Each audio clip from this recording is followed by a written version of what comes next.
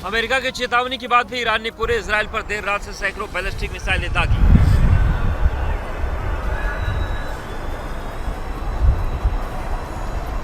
ये हमले पूरे इजराइल पर 30 मिनट तक किए गए। इस दौरान नागरिकों को बम शेल्टर में जाने को कहा गया। हमले के बाद ईरान ने कहा, ये हिजबुल्लाह चीफ हसन नसरल्लाह और हमास के अधिकारियों की मौत का बदला है। अब अगर इजराइल ने जवाबी हमला किया तो हमारी प्रतिक्रिया ज्यादा विनाशकारी होगी। ईरान के हमले के बाद इजरायली सेना के प्रवक्ता डैनियल ने बड़ा बयान दिया। ईरान ने यहूदियों, मुस्लिमों और ईसाइयों को टारगेट किया। अपने लोगों को बचाने के लिए किसी भी हद तक जाएंगे। ईरान को इस हमले का नतीजा भुगतना होगा। हमारे पास प्लान है।